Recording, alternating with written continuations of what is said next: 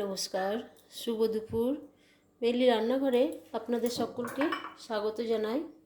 আজকে আমি দুপুরের কি আয়োজন করেছি আপনাদের কাছে শেয়ার করছি। নিলাম বাটি ছাপে ভাত আর একটা লঙ্কা, আর আমি মিক্সড ডাল রান্না করেছি।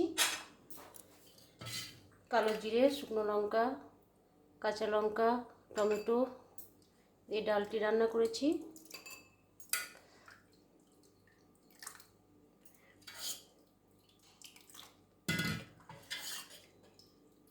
আর করেছি ডালের সঙ্গে আছে একটা মাছ ভাজা, স্যালাড বানিয়েছি, মূলো, গাজর, টমেটো স্যালাড আছে। আর আমি মূলো শাক রান্না করেছি, কালো জিরে, কাঁচা লঙ্কা, পরিমাণ মতো লবণ মিষ্টি দিয়ে, পেঁয়াজ, লঙ্কা, টমেটো দিয়ে আমি কালো জিরে ফোড়ন দিয়েছিলাম। কাতলা মাছের ঝাল করেছি।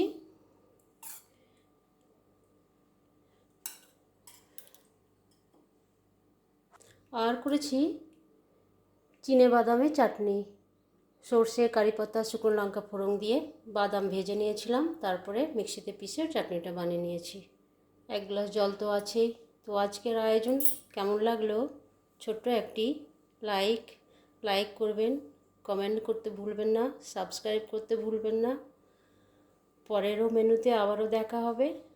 তো আজকের মতো নমস্কার, সবাই ভালো থাকবেন, সুস্থ থাকবেন, টাটা।